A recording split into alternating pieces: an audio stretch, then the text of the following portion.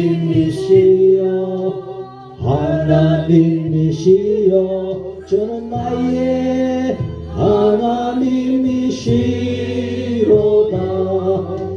나의 몸과 마음 주를 갈망하며 이제 내가 주께 고백하는 말 여호와는 나의 힘이요 여호와는 나의 구원이시니 내가 누구를 두려워하리요.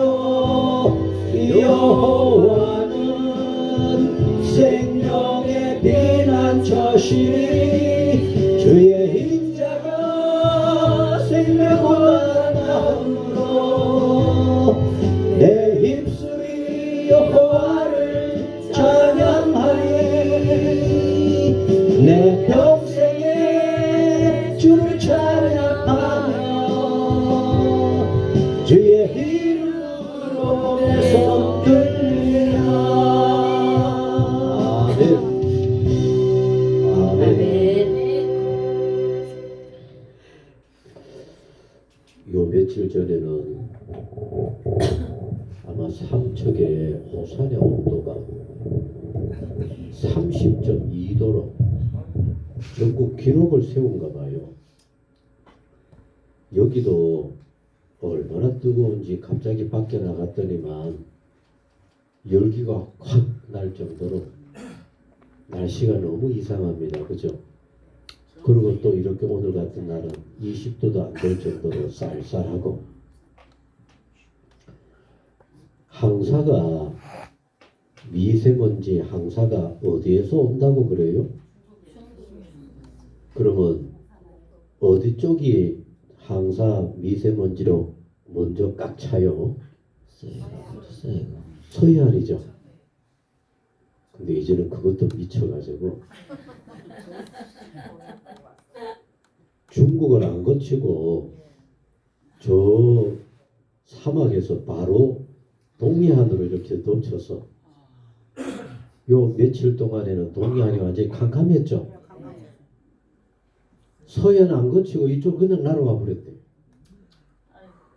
그러니 이제는 뭐 하나 우리가 그렇거니 하고 믿을 게 없어요. 매일같이 이상한 일들이 벌어지는 겁니다. 그래서 학자들이 얘기하기를 1년 평균 온도가 1도가 딱 바뀌어도 빙하기 얼음 시대가 온대요. 그럼 다 얼어버린대. 참 무섭습니다. 같이 하셨습니다. 하나님, 그래도 우리를 이렇게 지켜주시니 감사합니다. 오늘도 이 마음으로 하나님 앞에 마음껏 영광 돌릴 수 있기를 소원합니다. 예배를 향하는 내 마음을 먼저 하나님께 드리시겠습니다. 하나님은 영이시니 예배하는 자가 영과 진리로 예배할지니라. 아멘. 조용히 한 주간을 지켜주신 하나님 앞에 감사하며 하나님 앞에 영광을 돌리도록 하시겠습니다. 이 자리에 함께하기를 원했지만은 병상에서 여러 가지 어려운 일들로 인해서 아니면 일터에서 이 자리를 사모하는 그 심령들 하나님 그들도 어루만져 주시고 같은 마음으로 예배하게 하시고 하나님의 크신 은혜 가운데 늘 든든히 세워주옵소서. 기도하겠습니다.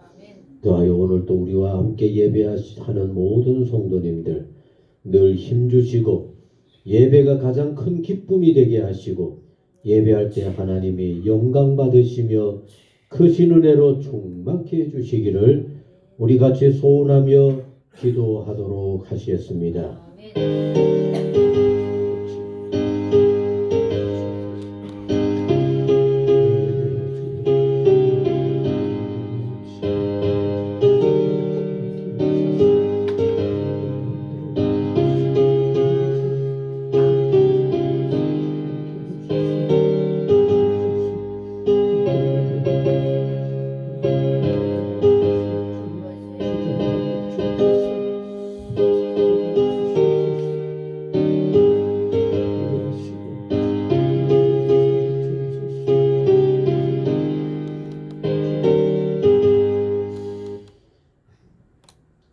그가 징계를 받음으로 우리는 평화를 누리고 그가 채찍에 맞음으로 우리는 나음을 받았도다. 부활의 주님, 오늘도 우리 가운데 찾아오셔서 우리를 어떻게 하든지 믿음 위에 굳게 세우고 생명의 길로 달려가는 예수님의 사랑하는 자가 되기를 소원하고 계시는 줄로 믿습니다. 그렇게도 주시기를 원했던 주님의 평화 우리 가운데 늘 가득게 하여 주옵소서. 주님께서 친히 담당하신 그 모든 고난과 염려와 걱정은 이제 깨끗이 주님께 버리고 주님께서 허락하신 그 평화와 은혜와 기쁨과 감사로 찬양하며 영광 돌리며 살아가는 복 있는 우리 모두가 되게 하옵소서. 이제는 하루하루를 우리가 장담할 수가 없습니다.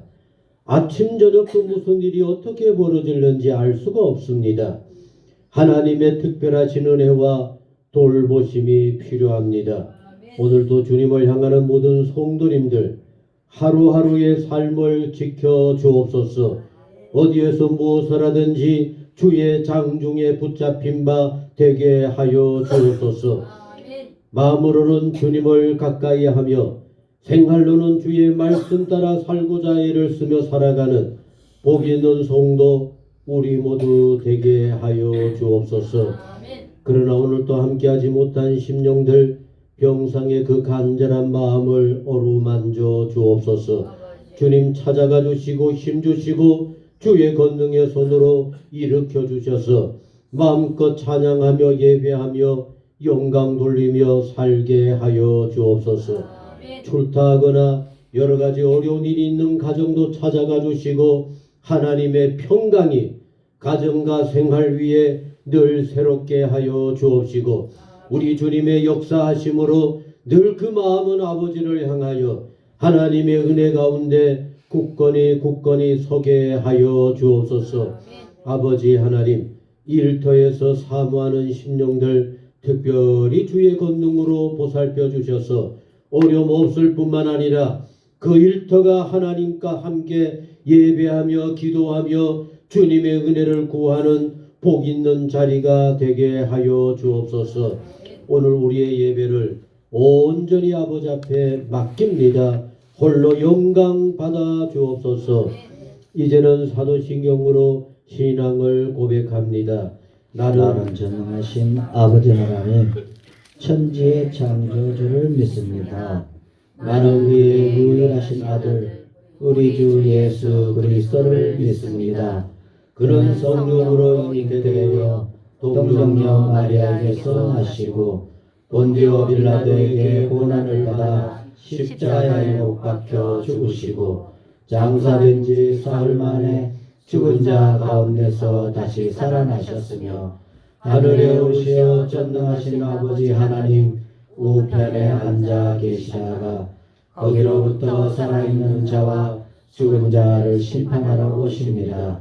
나는 성령을 믿으며 거룩한 공교회와 성도의 교제와 죄를 용서받는 것과 몸의 부활과 영생을 믿습니다. 아멘. 찬송 27장 찬송입니다.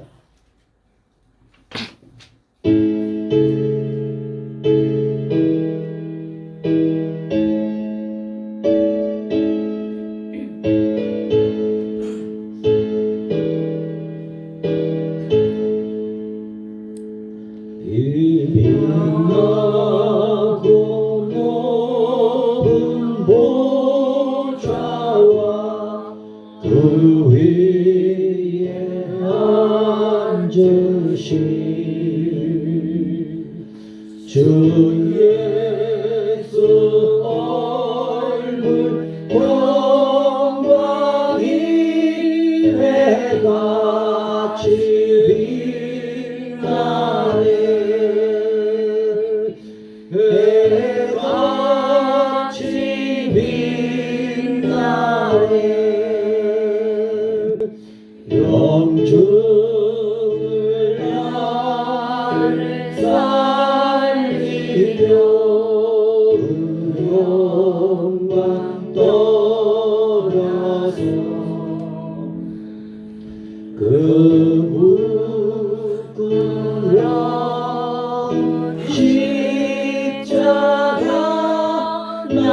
위해 지셨네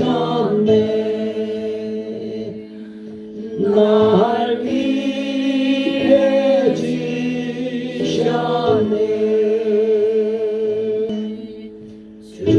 주님의 보좌 있는데 천한 몸 미루며 그 영광 몸소 배울 때 내 기쁨 넘치리 내 기쁨 넘치리 아멘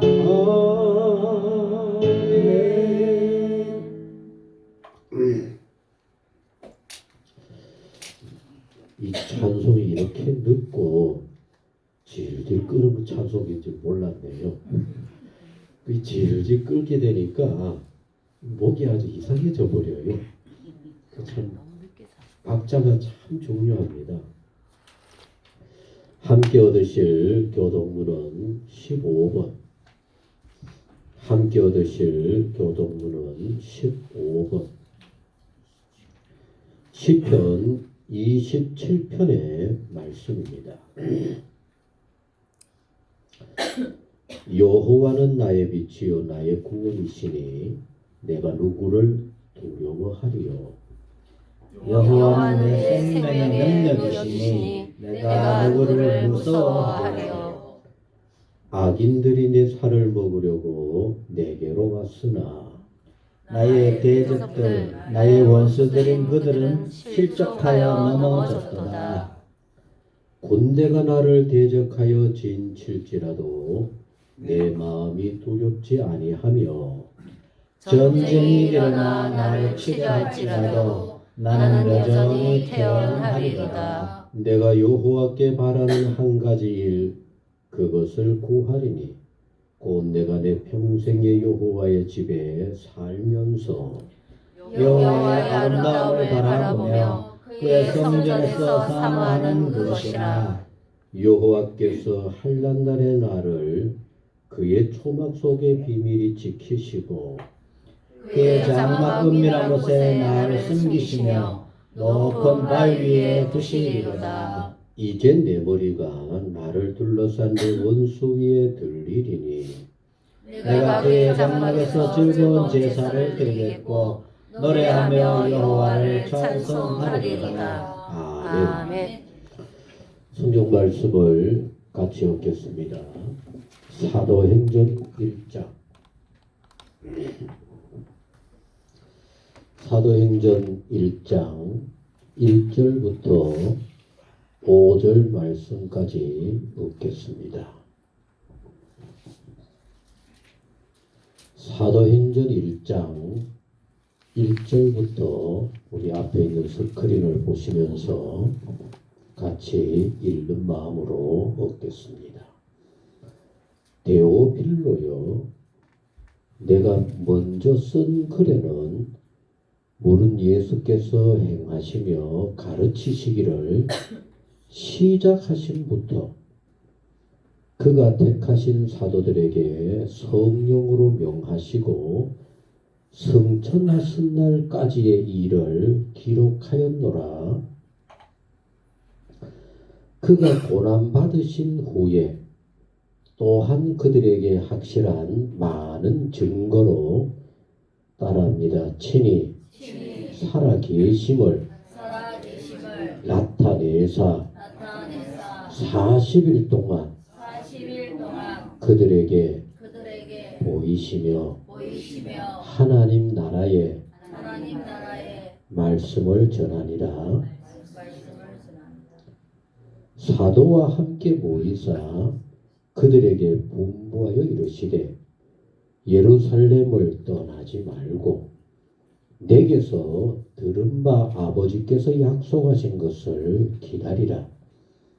요한은 물로 세례를 베풀었으나 너희는 몇 날이 못 되어 성령으로 세례를 받으리라. 아멘. 아멘. 아멘. 아멘. 세계적으로 유명한 데카르트라고 하는 철학자가 있습니다. 우리 인생의 삶의 실존에 대해서 과연 우리가 누구냐? 우리가 어떤 존재일까? 여기에 관해서 아주 잘 정리를 해준 유명한 철학자 데카르트가 있습니다. 젊은 시절에 이런저런 생각이 많았던가 봐요. 해는 뉘어뉘어 가는데 멍청하게 젊은이가 공원 벤치에 그냥 앉아 있는 겁니다. 사람들이 옆에서 봤을 때는 저 사람 뭐 하지? 그런 생각이 들을 정도로 멍하게 멍 때리고 있어요. 그래서 그 공원을 관리하는 청소하는 그 청소부 아저씨가 이복의 젊은이, 자네 여기 왜 앉아 있는가? 갈 곳이 없는가? 해는 지는데 어디로 가야지. 그랬더니만 멍하게 앉아있던 그 젊은이가 이렇게 얘기하는 겁니다. 내가 어디로 가는지 알기만 했더라면 이렇게 앉아있겠습니까? 나 어디에 와서 어디로 가야 하는지 나는 잘 모릅니다. 그런데 여러분, 이게 유명한 인간의 실존입니다. 자, 여러분, 제가 여러분들에게 묻겠습니다. 여러분들은 어디로 가고 있어요? 그럼 어디에서 여러분들은 왔습니까? 분명해야만 해요. 이게 안 되니까 한국교회가 한때는 어마어마하게 부흥을 했다가 사는 삶이 좀 좋아지니까 아이고 이제는 뭐 안 믿어도 되겠다 이렇게 끝나버려요. 그러나 같이 하시겠습니다. 우리는 하나님께로부터 보냄바 되었다가 하나님을 믿고 열심히 살다가 어디로 가야 해요? 어디로 가야 해요? 하나님의 나라로 갈 만큼 살아야 해요. 하나님의 나라로 가는 사람 같이 살아야만 해요. 근데 우리는 이게 없으니까 안 되는 겁니다. 신앙생활이 자라가도 흐지부지 이렇게 되어지는 겁니다. 아주 중요한 말씀을 예수님께서 해주셨어요. 따라 하시겠습니다. 내가 가서 너희를 위하여 거처가 준비되면, 거처가 뭡니까? 우리가 살 곳이 마련이 되거든 내가 다시 와서 너희를 나 있는 곳으로 데려가겠다. 아멘? 그럼 여러분, 여기에 우리의 중요한 답이 들어있어요. 예수님이 우리를 데리고 가자면 데리고 갈 만한 사람이 돼야 하는 겁니다. 그저 내가 산다고 사는 것이 아니라 예수님이 보셨을 때 내가 데리고 갈 만한, 내가 예비한 집에 모시고 갈 만한 그런 사람이 되었구나. 아멘? 여러분들이 그런 사람들이 되어야 합니다. 그래서 부활의 예수님을 믿고, 아멘? 예수님 부활하셨음을 믿습니다. 아멘? 나도 부활할 것을 믿습니다. 아멘? 예수님 다시 오실 때까지 우리는 그 부활을 뭐하고 살아야 돼요? 증거하며 살아가야 하는 겁니다. 아멘? 정말 중요한 일입니다. 여러분, 예수님의 제자 중에 누가라고 하는 제자가 있어요. 같이 합니다. 누가. 누가는 예수님의 부름을 받기 전에는 뭐 한 사람이었을까요? 뭐였을까요? 의사였어요. 여러분, 누가는 의사였습니다. 그래서 여러분 이거 아주 중요한 내용입니다. 같이 하셨습니다. 우리가 살아가는데 여러 일 하나님의 나라에 다 필요해요. 이런 일 하는 사람은 이런 일로 하나님의 나라에 필요하고, 누가라고 하는 의사 같은 사람도 하나님의 나라에 절대적으로 필요한 겁니다. 근데 이 누가는 더더구나 소중한 사람이었어요. 의사였기 때문에. 그래서 오늘 참 이제 우리나라 어릴 때부터 교회에서 이런 교육을 참 시켰더라면 너무 좋았을 건데 그게 참 안 되었어요. 제가 어릴 때는 목사가 되면 그게 최고인 줄 알았어요. 근데 요사이 가만 생각해 보니까 같이 하셨습니다. 교회에는 목사도 필요하고 목수도 필요하고 요리사도 필요하고 찬양도 필요하고 그런 겁니다. 여러분, 오늘 우리 참 오늘 이수지 집사님이 너무 마음에 스스로가 감격이 되어지니까 제대로 찬양을 못할 정도로, 여러분 이 참 중요한 얘기입니다. 같이 하셨습니다. 하나님의 은혜. 멋진 소리로 멋지게 듣기 좋게 찬양한다고 은혜가 되는 게 아닙니다. 부르는 사람의 마음에 은혜로 가득 차버리면 들려지기는 제대로 안 들려져도 전달되어지기는 뜨거운 하나님의 은혜로 전해지는 겁니다. 하나님의 은혜는 이렇게 곳곳마다 필요한 겁니다. 오늘 우리 이수지 집사님이 아마도 나름대로 살아오는 여러 가지 생활 속에 이런 어려움도 있고 이런 아픔도 있고 이런 고통도 있으니까 그 모든 것 생각할 때 하나님 은혜 생각하니까 눈물이 날 수밖에 없는 겁니다.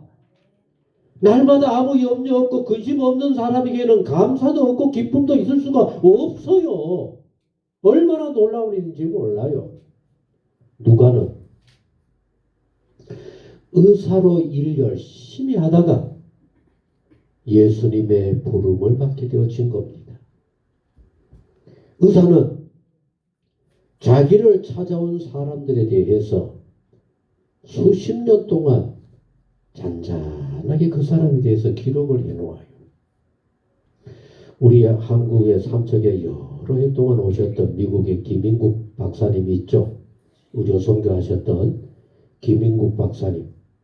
한 번은 미국에는 이게 아주 엄하답니다. 의료사고. 진료받았다가 문제가 생겼을 때에 진료 문제 그것 때문에 의료사고가 생겨서 정말로 큰일 날 뻔했었대요. 의사 면허가 취소가 되어지고 모든 명예가 깨어지고 의사로서도 일 못하게 될 정도로 엄청난 문제가 생겼었는데 20년 전부터 찾아온 환자에 대해서 하나하나 메모를 해놓고 이 환자에 대해서 내가 이렇게 진료하고 이렇게 치료했다라고 하는 걸 적어놨던 그것을 검사들이 수사관들이 와서 하나하나 살펴보더니만 이거는 의료사고가 아니고 정말로 정당하게 제대로 한 겁니다. 이게 의사입니다. 여러분, 이 누가는 너무나 소중한 의사로서의 예수님의 제자였습니다. 예수님에게도 제자였지만은 특히나 사도 바울에게 있어서는 사도 바울의 마지막 순간 옥중에서 고통을 당하는 그 가운데서도 가장 절실하게 필요하고 소중했던 사람은 바로 누가였습니다. 아빠는 사도 바울을 잘 진료하고 지치고 피곤할 때 모든 것을 동원해서 힘이 나게 만든 최고의 의사가 바로 누가였던 겁니다. 그런데 오늘 우리에게도 너무나 소중한 의사는 바로 누가였습니다. 왜냐하면 오늘 성경 말씀 가운데 보면은 자 우리 한번 같이 보시겠습니다. 누가가 어떤 일을 했는가? 자 같이 읽습니다. 시작. 데오빌로 여기 여러분 다른 데는 데오빌로 각하여 이렇게도 해요. 로마의 높은 사람. 또 다른 의미로서는 일반적으로 이 말씀을 읽는 모든 사람들이요. 제대로 들으세요. 그냥 준 게 아니라 이유가 있어서 이렇게 기록한 겁니다. 자, 데오빌로요. 내가 누가가 같이 입니다. 시작. 먼저 쓴 글에는 뭐라고요? 그럼 누가가 먼저 쓴 글은 뭘까요? 누가복음. 데오빌로 각하는 어떤 면에서는 로마 쪽 제일 높은 황제라 그래도 성경에 관해서 잘 알 수 없어. 구약을 잘 몰라요. 예언에 대해서 잘 몰라요. 아니면은 그냥 일반 사람들이라 할지라도 제대로 몰라요. 그래서 아예 누가는 의도가 있었던 겁니다. 같이 하셨습니다. 이왕이면 안 믿는 사람도 믿음 없는 사람도 내 글을 읽으면 예수님에 대해서 잘 알게 내가 기록하자. 먼저 쓴 글에는 무릇 예수께서 행하시며 가르치시기를 어떻게 해요? 시작하신부터. 그래서 누가복음에는 예수님이 복음을 증거하는 시작부터 잔잔하게 정리해 나갔어요. 그래서 우리가 틈틈이 누가복음을 잘 읽어보면은 아주 깊은 지식이 없어도 그래 이랬구나 아주 잘 정리가 되어져 있어요. 그럼 언제까지 예수님께서 택하신 사도들에게 성령으로 명하시고 뭐라고요?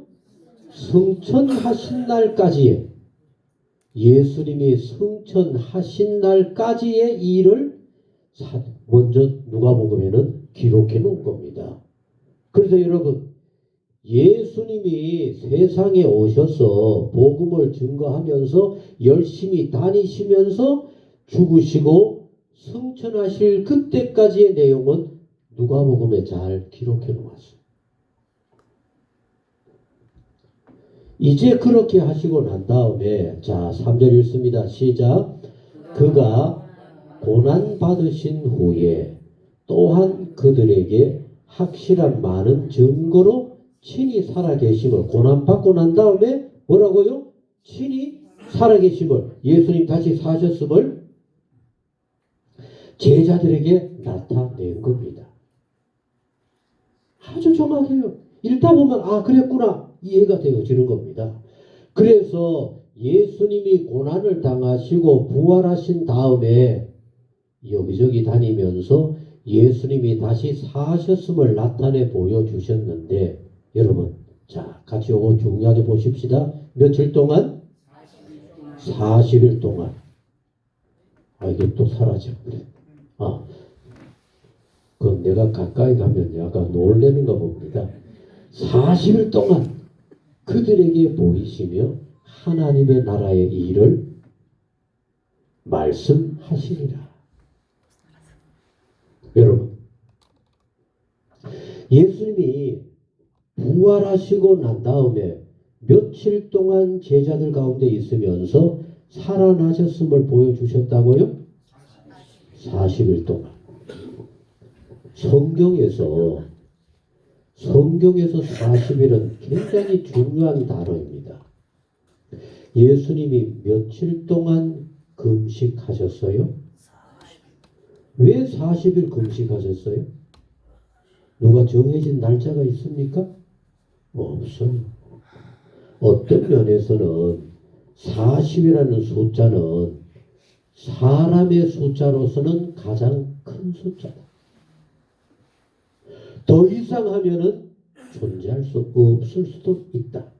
마지막 선이 40일이었어요. 또 다른 의미로서는 이스라엘 백성들이 강야 40년을 다니셨어요.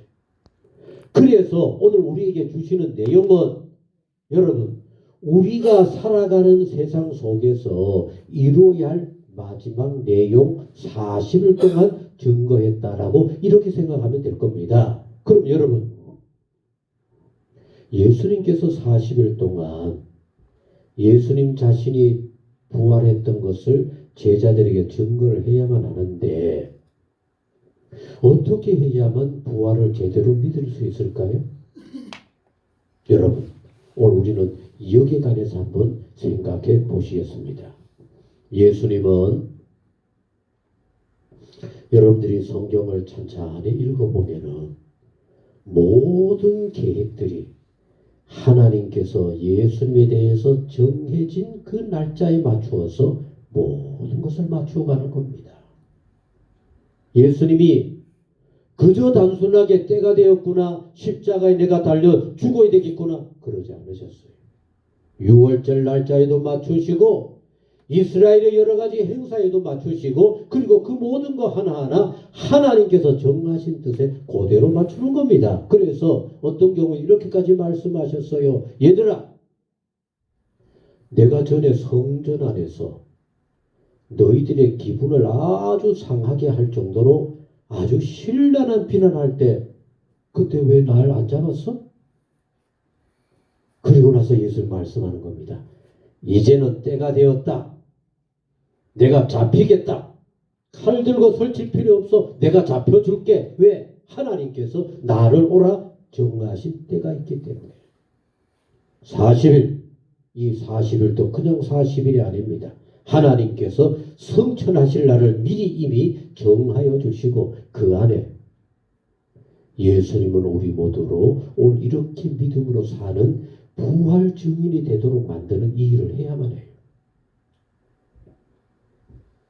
부활의 이른 새벽이었습니다. 여인들이 예수님의 죽음을 완전하게 하기 위해서 무덤으로 달려갔습니다.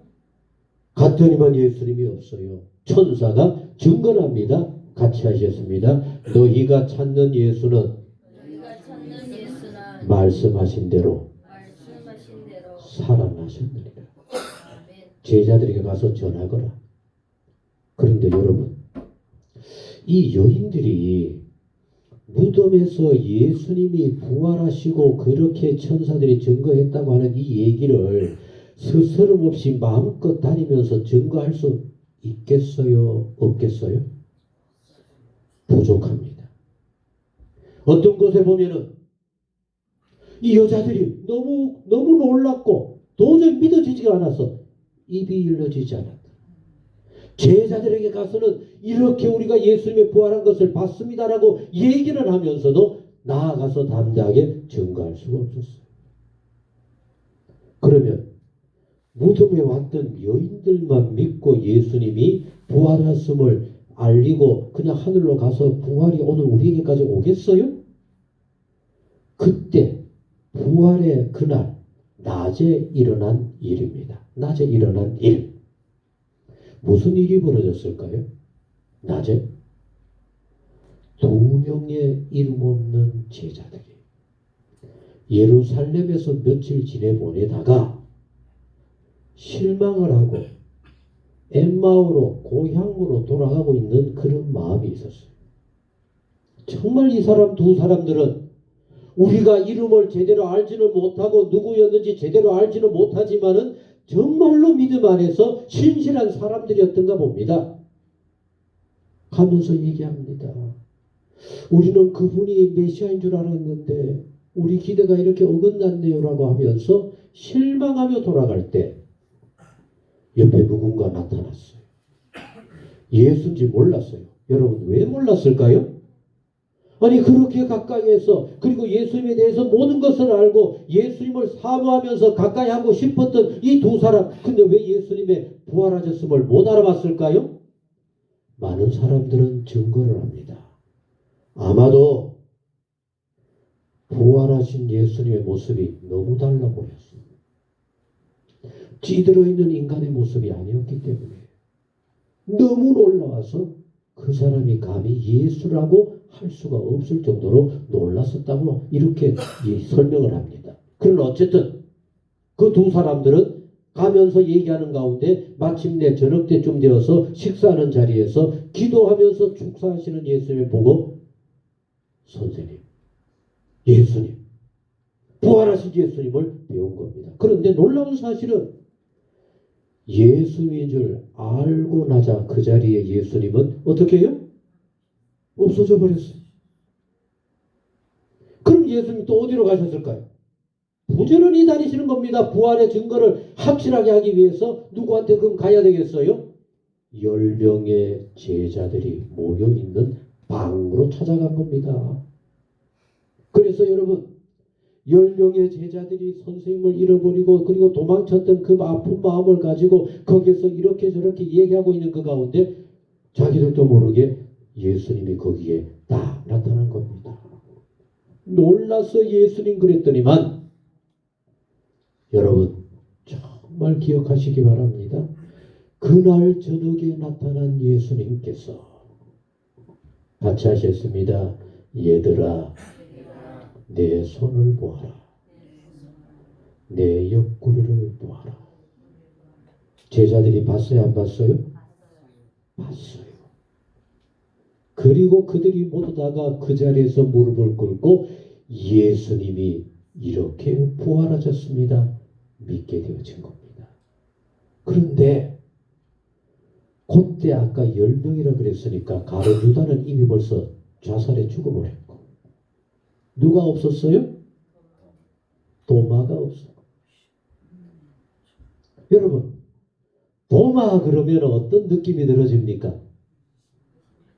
의심이라는 말이 딱 들어지는 겁니다. 그 정도로 의심 많은 사람이 바로 도마였습니다. 그런데 놀라운 사실은 신학자들이 이렇게 설명을 합니다. 도마는 바로 어느 시대 누구라고 얘기할까요? 오늘 이 시대 우리들이라고 얘기합니다. 우리 잘 믿어요? 안 믿어요? 잘 믿어요? 목사가 얘기를 해도 믿어요? 안 믿어요? 제가 얘기를 해도 그거 맞을까?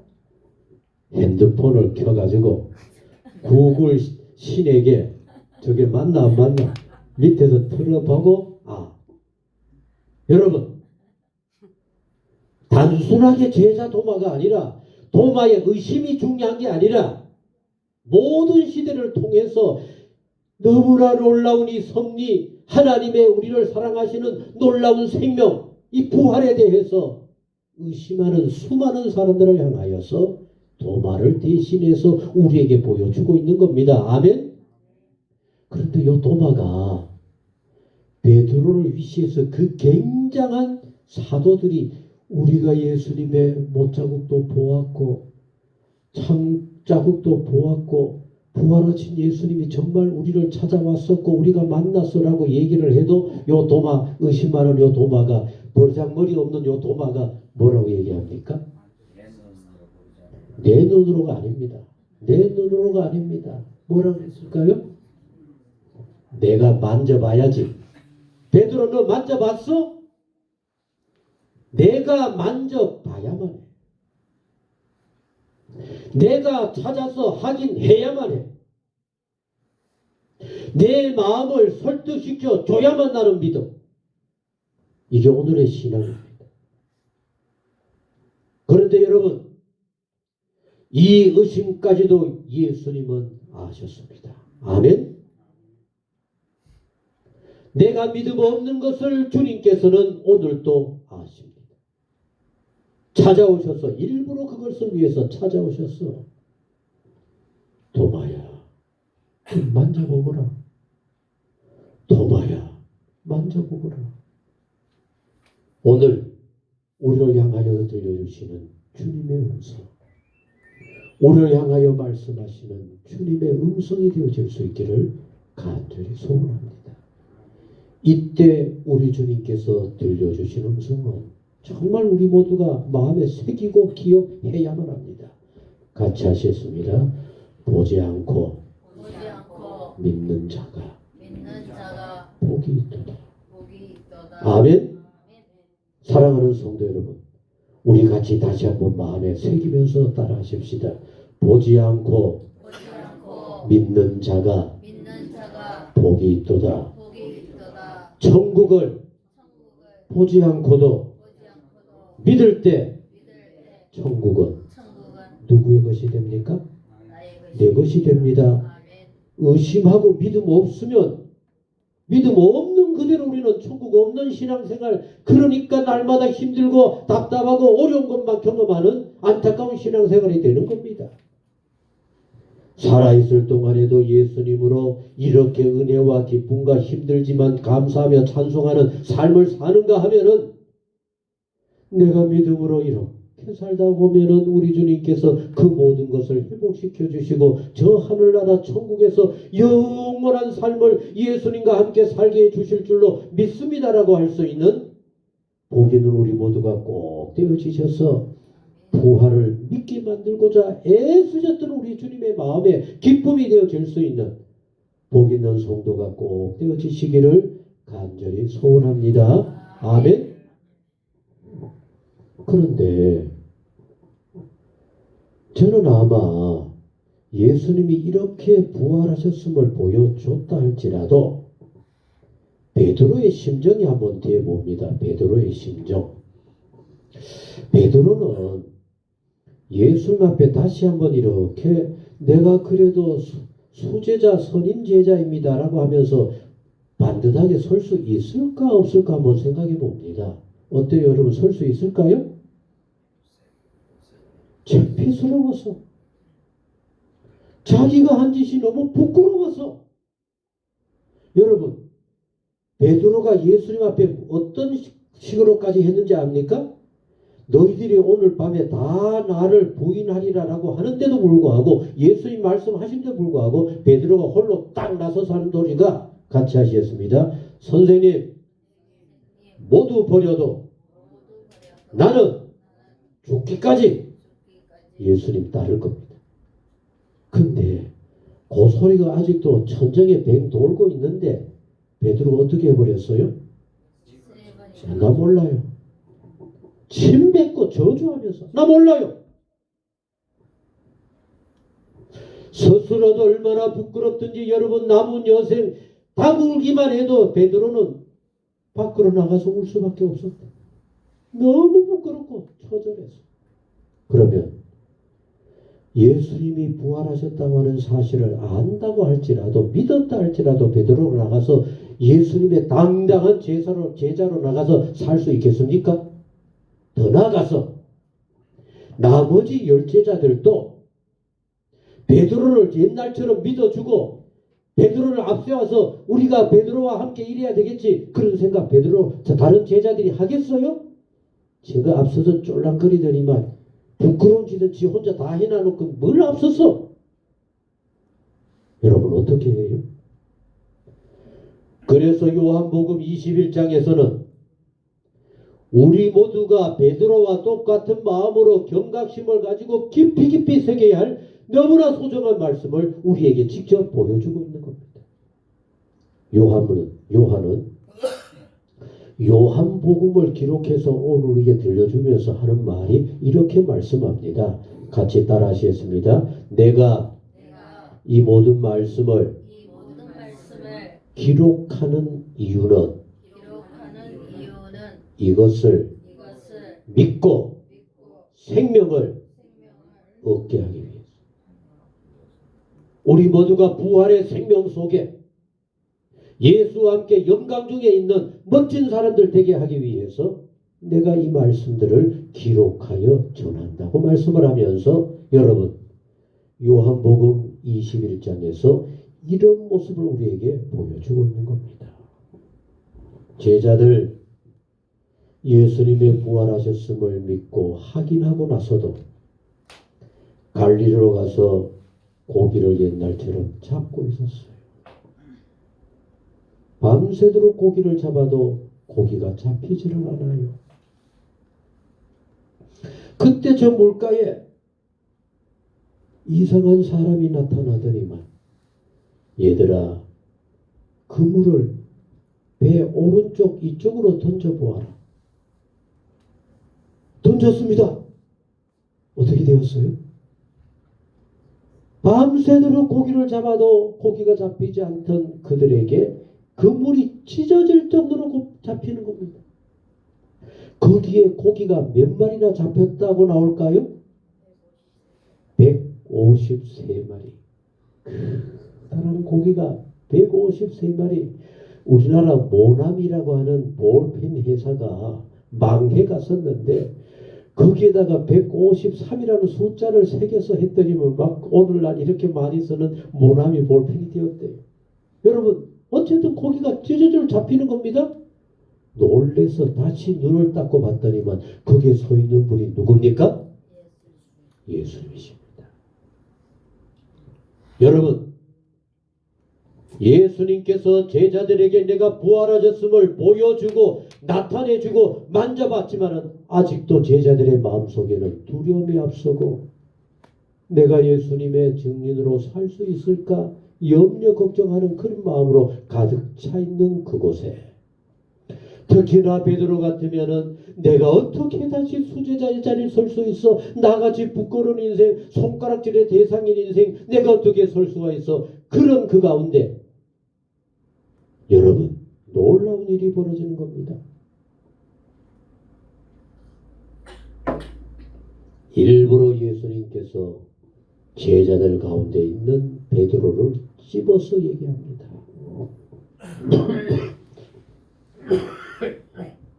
같이 하셨습니다. 베드로야, 너 날 사랑하느냐?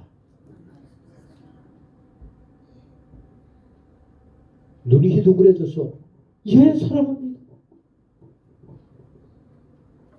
그것으로 끝나지 않았어. 다시 예수님께서 베드로에게 말씀합니다. 너 날 사랑하느냐? 사랑하고 말고요. 목숨까지 내어놓겠습니다.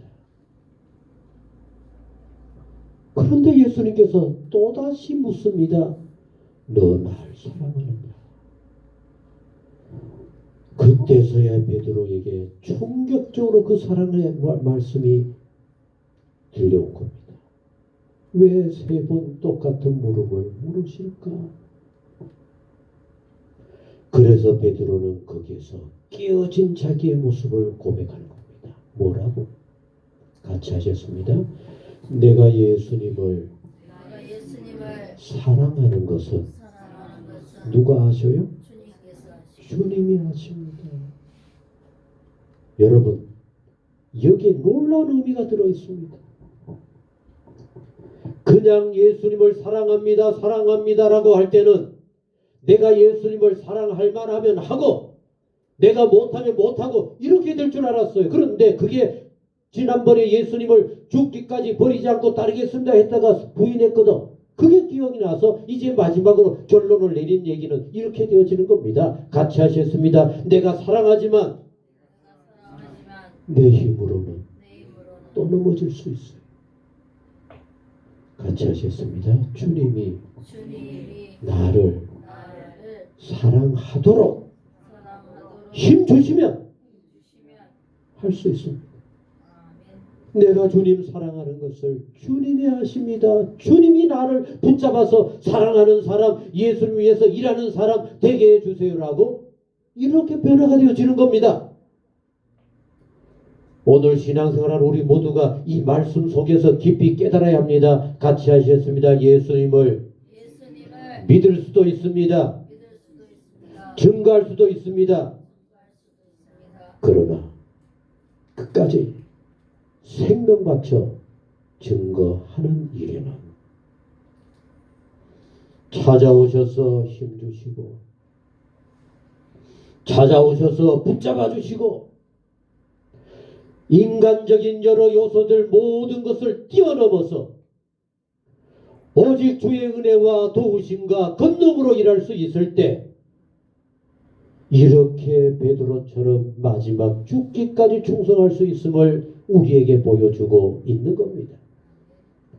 그래서 요한복음 21장 18절 세 번이나 사랑하느냐 묻고 나서 마지막 결론을 이렇게 말씀하여 주고 있는 겁니다. 같이 하셨습니다. 내가 젊어서는 네 하고 싶은 대로 했지만은 나이가 많아서는 네 뜻이 아니었지만 억지로 손을 벌려 네가 원치 않는 십자가를 지게 되리라. 그게 바로 베드로의 마지막 죽음을 의미하는데 어떻게 죽음입니까? 거꾸로 십자가에 달려 죽게 되어질 일. 그런데 그것은 자기가 원한 것이었습니까? 아니었습니까? 아니었지만은 어쩌면은 부활의 주님을 맞을 때까지도 내가 믿습니다 하는 것으로 끝났을지 몰라도 이제는 찾아오셔서 세임 주시고 붙잡아 주시는 이 주님으로 인하여서 나는 힘이 없지만, 나는 넘어질 수밖에 없지만, 나는 포기할 수밖에 없었겠지만은 우리 주님의 그 은혜로, 그 건세로, 그 능력으로 마지막까지 승리할 수 있음을 믿습니다라고 하는 것을 우리에게 보여주고 있는 겁니다. 오늘 우리 이수지 집사님이 하나님의 은혜라고 하는 노래를 찬양했습니다. 같은 의미입니다. 내 지혜로, 내 능력으로, 내 달란트로는 이 정도로 할 수 있겠지만은 그걸 뛰어넘어서 더 큰 은총 가운데로 하나님 기뻐하심으로 이루어가는 그곳에는 내 모든 것 위에 하나님의 은혜가 임할 때 아름답게 역사할 수 있을 줄로 믿습니다. 오늘 우리 모두에게도 마찬가지입니다. 부활을 머리로 믿을 수도 있어요. 부활을 여러분들 눈으로 확인도 할 수 있습니다. 그러나 목숨 바쳐 생명을 내어놓고 복음 증거하는 이 귀한 일을 함에 있어서는 우리 주님 찾아와 붙잡아 주시고 여러분들의 입이 닫혀 있을 때 그 입을 열어주시고 여러분들이 상에서 스스로 넘어질 수밖에 없었을 때 새로운 지혜와 권능으로 함께하여 주셔서 감당할 수 있는 자 되게 만들어 주신다라고 하는 사실입니다. 그런데 여러분 오늘 이것만으로도 부족합니다. 과연 그게 또 뭘까? 오늘 본문 말씀 속에서도 보도록 하시겠습니다. 자, 같이 읽겠습니다. 시작. 사도와 함께 여러분 부활 후에 이제 승천하시기 직전에 이렇게 모였어요. 40일이 거의 찼습니다. 모이사 그들에게 분부하여 이르시되 제자들에게 분부하여 이르시되 여러분 40일 동안 부지런히 그리고 일부러 상처받아 시험 들어서 도무지 설 수 없는 베드로까지 찾아가서 새롭게 세우신 우리 주님께서 이렇게 다 모인 자리에서 이르시되 여러분 같이 읽습니다. 시작. 예루살렘을 뭐라고요? 떠나지 말아라. 내게서 들은 바 아버지께서 약속하신 것을 기다리라. 뭘까요? 뭘까요? 여러분 예수님이 우리를 찾아와서서 우리에게 용기를 주시고 일으켜 주시고 새롭게 세워 주신다고 해서만으로 감당할 수가 없어요. 그래서 이미 벌써 예수님께서 요한복음 14장, 15장, 16장 십자가 가까이 오시기도 전에 이미 벌써 다 말씀해 주셨어요. 같이 하셨습니다. 내가 가는 것이 너희에게 유익하니라. 가자니요. 예수님과 우리가 어떻게 합니까? 근데 이미 예수님께서 그때 벌써 말씀하신 겁니다. 내가 가는 것이 너희에게 유익하다. 왜 그런가 하면은 같이 하셨습니다. 내가 가야만 성령이 너희에게 임하시는데 그 성령의 도우심을 입어야 된다. 이미 말씀하셨던 겁니다. 그래서 부활을 확증해 주신 예수님 그것으로 끝나지 않고 아버지께서 보내주시겠다고 하셨던 그 약속하신 것을 기다리는데 예루살렘 떠나지 말고 그럼 여러분 성령을 받기 위해서 제자들이 이제 예수님의 증인으로 굳게 선 그것만으로 끝나는 것이 아니라 뭘 하고 같이 가야 된다는 얘기입니까? 믿음과 더불어 부활의 증인과 더불어 뭐하고 같이 가야 된다는 얘기입니까? 성령과 더불어 가야 한다. 성령의 충만함으로 가야 한다. 자, 같이 5절 읽겠습니다. 시작. 요한은 물로 세례를 베풀었으나 너희는 몇 날이 못 되어서 성령을 세례로 받으리라. 아멘. 여러분, 예수님의 승천하시기 전 40일은 부활을 증언해야 합니다. 부활을 보여줘야 합니다. 그래서 분주하게 여기저기 딱 쫓아다니면서 증거하셨습니다. 그것으로 끝나지 않았어요. 상처받고 넘어지고 시험 들고 깨진 그 모든 제자들을 제대로 일으켜 세워서 너희들이 아무리 상처받아도 괜찮아, 아무리 넘어져도 괜찮아, 내가 잡아줄게. 그것으로 끝나지 않아. 뭐 하라고요? 기다리거라. 성령이 충만할 때까지. 아멘. 이제 우리도 부활주의를 보내고 부활의 증인으로 살아가야 할 우리의 신앙생활에 하루하루 그냥 보내지 마시고 이렇게 찾아오셔서 나타내고 보여주시는 그 예수님의 부활을 분명히 믿으시고, 그래도 미심쩍 어떤 그 구석을 도마를 읽으면서 확인하는 겁니다. 내가 만져보았습니다. 그것으로 끝나지 않았습니다. 예수님께서 찾아오셔서 용기를 주시고 모든 상처 깨끗이 씻어주시고 일어나 힘있게 나아갈 수 있는 이런 사람들로 우리를 만들어주시는 이 놀라운 은혜, 이 놀라운 성령의 충만함을 사모하며 기다리는 가운데 진정한 부활의 증인들로 거듭나고 새롭게 설 수 있는 복 있는 성도님들 다 되시기를 간절히 소원합니다. 기도하시겠습니다. 하나님 아버지, 부활하신 예수님, 그것으로 끝나지 않았습니다. 아무리 예수님이 부활하셨다 해도 믿어주지 않는다면 어떻게 되겠습니까? 또한 부활의 증인이 없다고 한다면 어떻게 되겠습니까? 그래서 우리 주님은 부지런히 찾아다니셨습니다. 부활을 만져보게 하고 보여주고 확신 주고 그리고 상처받고 넘어졌던 자들까지 새롭게 세워서 용기 주면서 이렇게 당당하게 부활의 증인으로 나가게 만들어 주신 것을 성경은 우리에게 말씀하여 주고 있습니다. 이제 우리 모두가 이렇게 부활의 증인들이 되게 하여 주옵소서. 보여주신 이 모든 것이 바로 나를 위한 것임을 확인하게 하시고 이것을 믿게 하시고 이제 우리가 당당하게 성령의 충만함으로 복음을 증거하고 부활을 증거하고 생명을 온 세상에 널리 전파하는 복 있는 우리 모두 되게 하여 주옵소서. 예수님의 이름으로 기도하옵나이다. 아멘. 찬송 288장 찬송입니다.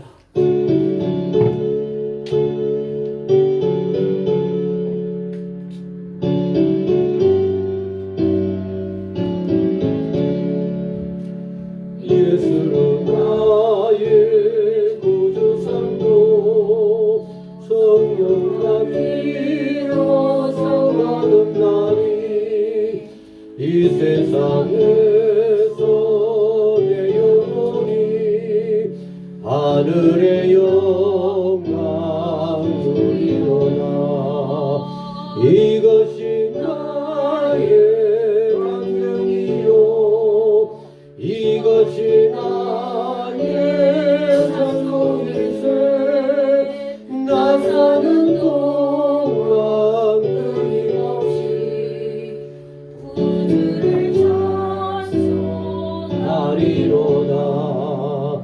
주 안에 기쁜 그림으로 마음의 평강이 장장하니 세상 만나는 강도 없고 구속한 주만 보이도다. 이것이 나의 감정이요 이것이 나의 찬송일세.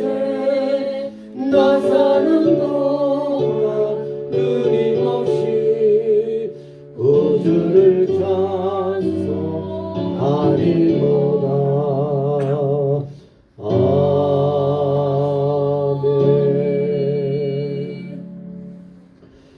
예수 그리스도 이름으로 이 모든 예물을 하나님께 바칩니다. 기도하시겠습니다. 고난 가운데 우리의 모든 질고를 담당하신 주님, 그것으로 끝나지 않았습니다. 다시 사는 새 생명, 부활을 오늘 우리가 믿어야 하겠기에 우리 주님, 내가 부활했노라는 것으로 끝나지 않았습니다. 부지런히 찾아다니면서 부활이 진정 하나님의 일으켜 주심이셨음을 믿게 해주시고 오늘 의심 많은 우리에까지도 이렇게 세밀하게 믿음으로 살게 만들어 주심을 저희들 보고 감사하며 찬양하며 이제 부활을 믿습니다. 증인으로 부족함이 없게 하여 주옵소서. 기도하며 나아가는 우리 모두가 되게 하여 주옵소서. 그러나 그것만으로 부족함을 이제 우리 주님도 아시기에 성령이 임해야 됨을 깨우쳐 주십니다. 성령의 충만함을 이제 우리 모두 사모하게 하여 주옵소서. 그래서 진정한 부활의 증인, 참된 부활의 증인, 생명의 부활의 증인 우리 모두가 꼭 되게 하여 주옵소서. 오늘도 정성스러운 예물을 아버지 앞에 바치게 하시니 주여 감사를 드립니다. 주여 일일이 기억하여 주시고 이 예물이 하나님의 영광과 거룩함을 위한 소중한 예물이 되게 하여 주옵소서. 준비하는 그 마음을 벌써 하나님이 기쁘게 받으시고 마음껏 축복하여 주실 줄로 믿습니다. 넘치게 채워 주옵소서. 영육간에 강건케 하여 주옵소서. 쓸데없이 돈 허비되어지는 곳이 없도록 막아주시고 새롭게 하시고 깨끗게 하여 주옵소서. 아버지 하나님, 특별히 성도들의 가정과 일터에 감사가 날로 날로 더하게 하옵소서. 어렵고 힘들었지만은 하나님의 은혜로 충만케 하시고 하나님의 채워주심으로 감사가 가득하게 하옵시며 형통하고 복됨으로 날마다 영광을 돌리며 주의 은혜 증거하며 지나게 하여 주옵소서. 특별히 아버지 하나님, 남모르는 어려움을 가지고 왔거든 하나님 다 해결하여 주옵시고 이 모든 것이 하나님의 도우심이었습니다. 감사합니다 할 수 있는 성도들 가정들 모든 일터가 되게 하옵소서. 일천번제를 축복하여 주시고 여러 모양의 예물들 하나님 앞에 향기로운 예물, 하나님 마음껏 축복하실 만한 예물들이 되게 하여 주옵소서. 이제는 부활의 증인 되기를 간절히 소원하시는 우리 주 예수 그리스도의 은혜와 하나님 아버지 무한하신 사랑과 성령의 교통하시고 역사 충만하심이 부활의 증인으로 성령 충만하여 힘있게 달려가기를 소원하는 모든 성도님 모든 생활 위에 영원히 함께 하시기를 축원하옵나이다. 아멘.